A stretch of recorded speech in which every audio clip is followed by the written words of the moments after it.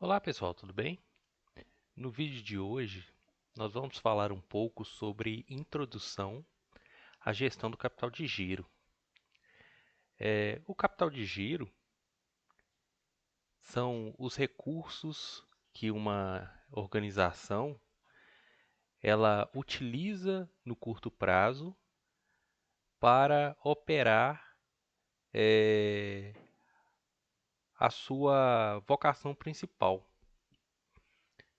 Então, eu comecei aqui com esse slide, onde mostra um balanço patrimonial bem simplificado, para que nós possamos conseguir identificar aqui a gestão de capital de giro de uma organização. Então, a gestão do capital de giro ela está focada principalmente nessa parte de cima aqui, ó. Essa parte aqui são é, os bens e direitos aí dessa organização, dessa empresa, né? Vamos chamar de empresa, dessa empresa, os ativos circulantes. Aqui estão as disponibilidades, aplicações financeiras, estoque, contas de clientes, né, duplicados a receber. Desse lado aqui, no passivo circulante,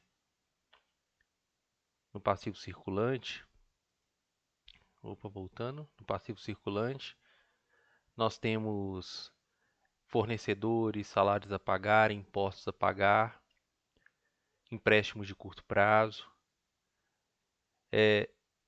A diferença entre o ativo circulante e o passivo circulante é chamado de capital de giro líquido ou capital circulante líquido. O capital de giro, ele não é somente o ativo, tá bom? É, de forma, no senso comum, né? Muitas vezes a gente associa o capital de giro a, a ativo, ao ativo circulante, mas ele não é isso. O capital de giro ele está relacionado com ativo circulante e também passivo circulante. Vou dar um exemplo, né? Associar então o capital de giro ao passivo circulante. Se você consegue mais prazo com o fornecedor, logo isso vai te dar uma folga financeira no curto prazo. Talvez você vai demorar mais a ter que retirar recursos do seu caixa para pagar fornecedor ali. Então, você tentar estender ali o seu prazo com o fornecedor pode ajudar a ter liquidez ali na gestão do capital de giro. É, agora pensando no capital de giro aí do ponto de vista do ativo, do ativo. É, Se você aumentar muito o seu estoque, por exemplo, você vai ter que tirar recursos de algum lugar para financiar esse seu estoque para aumentar ele. Pois, para você aumentar o estoque, você pode pegar ali recursos do seu caixa, aí você tem que ter caixa para aumentar estoque, né? Por exemplo, aí você vai pagar à vista a compra desse estoque. Ou se não, para você aumentar o estoque ali, provavelmente você vai ter que fazer uma negociação ali de prazo com o seu fornecedor. Mas também, não sei, uma empresa ela pode ter aí uma possibilidade de fazer uma gestão de estoque, aumentar estoque com financiamento, dívida de longo prazo, que não é o mais comum, né, o mais esperado. Então isso é uma decisão aí também de capital de giro focada aí na parte do ativo. Mas dificilmente você vai conseguir desvincular porque são interdependentes, né? A gestão do seu ativo com a gestão do seu passivo. A literatura, né? Ela de forma genérica, né? Ela associa que o ativo circulante ele tem um baixo retorno e o ativo não circulante ele tem um alto retorno. Mas qual o sentido disso, né? Pensando que aqui nos ativos não circulantes, né, que está escrito aqui ativo fixo, é onde encontra a tecnologia da empresa, é onde encontra a marca, é onde encontra o que gera, agrega valor para a organização. E, e aqui, então, é a operação da empresa. Então, geralmente, assim, quanto mais investimento em tecnologia, em inovação, em pesquisa e desenvolvimento, mais retorno espera-se dessa organização. Vou dar um exemplo aqui bem simples, né? Imagina uma empresa, né? Se ela começa a querer deixar o caixa dela cada vez maior e não aplica, às vezes, em tecnologia, talvez outra empresa que pega o excesso de caixa e vai aplicar em tecnologia para gerar fluxo de caixa no futuro, provavelmente essa empresa pode ser mais competitiva, né? Então, isso também está associado a essa questão do retorno, nesse sentido. Com relação ao passivo circulante, passivo não circulante aqui, a gente já pensa em questão do custo, né? A literatura ela vem falar a questão do custo. O passivo circulante, geralmente, ele é reconhecido como passivo de custo menor do que o passivo não circulante e o capital próprio aqui. O passivo circulante ele também é reconhecido como um passivo com custo menor pelo fato dele ter é, fontes não onerosas, como é o caso de fornecedor, como é o caso de salários a pagar, como é o caso de impostos. O que seria oneroso, né? O que não está pagando juro, tá? A partir daqui, né, você paga juros e o capital próprio ele paga a questão do custo de oportunidade. E aí, pessoal, na gestão do capital de giro, existem diversas formas de se gerir o capital de giro. E aqui nesse vídeo nós não vamos falar qual forma que é a mais adequada, não. Depende da estratégia, né, da organização, depende do setor, tá? Nesse vídeo eu vou mostrar apenas que existem formas distintas de gerenciar o capital de giro. Esse caso aqui, eu tenho o exemplo de uma empresa que ele gere um capital de giro líquido positivo. O que quer dizer? Ele mantém mais ativos circulantes do que passivos circulantes. Essa situação aqui é uma situação reconhecida como uma situação mais conservadora, tá? Onde essa empresa ela tem um capital de giro líquido positivo. Por quê? Capital de giro líquido ou capital circulante líquido, ele seria ativo circulante menos passivo circulante. Então, aqui eu tenho mais ativo circulante do que passivo circulante, logo, meu capital de giro líquido ele é maior do que zero. Tá? Essa situação aqui é uma situação conhecida com baixo retorno, no entanto, baixo risco. Por quê? Eu tenho mais bens e direitos de curto prazo do que obrigações aqui de curto prazo. É como se eu tivesse aqui capacidade, né, de arcar com minhas obrigações de curto prazo de uma forma mais segura do que outros métodos que eu vou mostrar depois ali.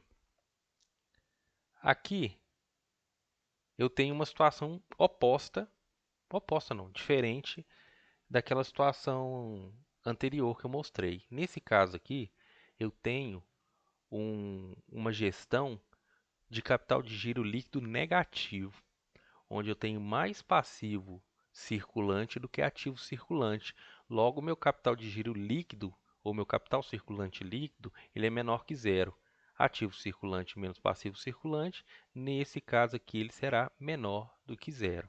Essa aqui é conhecida como uma situação que tem maior retorno e maior risco, onde a organização, a empresa, ela reduz a quantidade de investimento dela proporcional em ativo circulante para investir mais em ativo não circulante, que é, é, que é a fonte de maiores retornos em relação ao ativo circulante. No entanto, como proporcionalmente há um aumento de passivo circulante em relação ao ativo circulante, espera-se que essa empresa ela tenha um maior risco, porque ela reduziu aqui a liquidez dela. Se ela reduziu a liquidez, espera-se que ela tenha uma gestão eficiente aqui de giro de estoque, de vendas, de recebimento, que ela consiga pagar as obrigações dela no curto prazo. Aí a gente faz uma associação lá com aquele vídeo de análise das demonstrações contábeis, onde a gente analisa a qualidade, por exemplo, do endividamento. Em relação a essa situação aqui, ó, comparando com essa situação aqui, a situação 2 ela tem uma proporção maior de obrigações de curto prazo. Logo, comparado com aquele primeiro slide que eu mostrei, com aquele primeiro balanço patrimonial simplificado, essa organização aqui, essa empresa aqui, ela tem um retorno maior e também um risco maior. Um risco pensando aí do ponto de vista da liquidez, um risco operacional. É, Por fim aqui, né, para o vídeo não ficar muito longo, o que eu queria destacar nesses slides é que a gestão do capital de giro também, ela tem diversos formatos de financiamento. Vou começar aqui mostrando uma abordagem tradicional do financiamento do capital de giro. Vamos imaginar aqui então que nós temos um gráfico aqui bem simplificado, onde a organização ela tem aqui o seu ativo permanente, aí tem o capital de giro permanente, tá? Pensa aqui que essa parte aqui de baixo é o ativo não circulante e aqui para cima o ativo circulante. Essa organização aqui, ó, ela tem o capital de giro permanente e o capital de giro sazonal. O que é capital de giro sazonal? Pense aí numa loja de ovo de Páscoa, por exemplo. Provavelmente aqui, ó, na época da Páscoa, ela vai ter que aumentar o investimento dela, por exemplo, em estoque. Agora, depois que passa o período de maior sazonalidade, né, de maior demanda dessa organização, dessa empresa, ela tem que reduzir o estoque dela para um nível que é considerado aqui permanente, ó, tá? Que é considerado permanente. E depois ela volta de novo, né, quando o período de demanda aumenta, sei lá, talvez o que no Natal, não sei, no Dia dos Namorados, aumenta novamente. Então, a gente considera que geralmente as organizações ela tem ali um capital de giro que uma parte que é permanente, que é fixa, e uma parte que é sazonal, que varia em relação ao ano. A gente sabe que a gente tem períodos aí, por exemplo, flores. Vamos pensar assim, Dia das Mães, Dia dos Namorados, a gente tem uma demanda maior de flores. Chocolate, Páscoa, é, é, fantasias assim para carnaval, né? E assim por diante. Pode pensar em vários produtos aí. A gente pode pensar em serviço também, né? Poxa, chega na época do verão, você tem uma demanda maior de serviço aí de viagens, né? Serviço aí de prestação de serviço de ar-condicionado e assim por diante.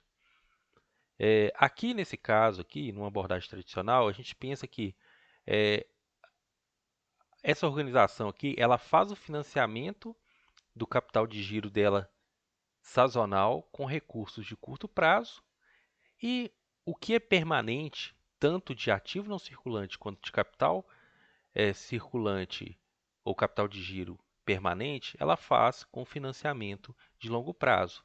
Então, é uma abordagem tradicional. Vamos comparar com a outra aqui. Essa aqui é uma abordagem que a literatura chama ela de risco mínimo. Diferente da anterior, tradicional, ela não faz financiamento de nenhuma parte do capital de giro dela com recurso de curto prazo. Ela faz todo o financiamento com recurso de longo prazo. É risco mínimo nesse sentido. Por quê? Como a fonte de financiamento é de longo prazo, ela tem um tempo maior para estar arcando com essas obrigações. Por outro lado, a gente sabe que financiamento de longo prazo tem um custo maior, né, pensando lá no início, né, de eh, cálculo financeiro, né, o valor futuro ele está associado tanto com sua taxa de juros quanto com o tempo. Aqui tem uma outra abordagem, tá vendo? Essa organização aqui, por exemplo, ela financia ela financia uma parte do capital de giro permanente com financiamento de longo prazo e aqui a outra parte com recurso de curto prazo. Então, desculpa, o sazonal, né? O sazonal dela, ela pega uma parte com recurso de curto prazo e também uma parte de longo prazo. Aqui tem outra abordagem, tá vendo? Aqui nessa abordagem aqui, ela está financiando uma parte do capital de giro dela com recurso de curto prazo. Então, isso aqui, ó, eu mostrei aqui quantas abordagens. Uma, duas, três, quatro, cinco abordagens. Isso aqui pode se tornar infinitas abordagens. Ou seja, a empresa, a organização que ela vai escolher ali, se ela prefere financiar eh, o capital de giro dela com fontes de longo prazo, com fontes de curto prazo, ou o capital dela, ela pensar ali no capital dela de giro sazonal. Ah, só o capital de giro sazonal que eu vou financiar com recurso de curto prazo. O resto eu vou financiar com recurso de longo prazo. Isso depende da organização da empresa. No entanto, é importante que ela tenha é, uma gestão, busque uma gestão eficiente para o negócio. O que eu quero dizer com isso? Quero dizer o seguinte: não adianta a organização ela ter uma gestão conservadora de capital de giro. O que eu vou chamar de conservadora? Vou chamar essa aqui de conservadora. Ó. Ela está fazendo financiamento de longo prazo, tá? Com do capital de giro dela. Só que ela tem condição ali no mercado de obter financiamento com fornecedor. O fornecedor, os outros concorrentes, todos fazem financiamento com fornecedor. Ela não. E considerando que o financiamento de longo prazo ele tem um custo maior, essa empresa ela pode estar ineficiente, ela pode estar perdendo oportunidades. Por quê? O concorrente dela está indo lá, está buscando financiamento do capital de giro com o fornecedor, então ele tá ali deixando disponível capital de giro, por exemplo, para investir em outras coisas, para investir, por exemplo, em ativo não circulante. E isso que tem que pensar, né? Então não é que isso está errado, mas se essa empresa aqui que ela tem um financiamento conservador, se os concorrentes dela estão trabalhando num risco maior e em condições adequadas, ela pode no longo prazo aqui essa empresa ela pode estar fadada ao fracasso, tá? Então pessoal, é basicamente isso desse slide que eu queria deixar claro. Vocês vão ver aí na semana 7 que tem mais dois vídeos, mais duas matérias aí, uma do BNDES e outra do Sebrae, que vai complementar a introdução dessa parte, né? Eu quis falar uma abordagem mais teórica ali. Aí a matéria do BNDES e do Sebrae, elas apontam algumas questões mais práticas que eu não quis falar aqui para não ficar repetitivo. Então, bom estudo para vocês, até mais. O vídeo já ficou até longo.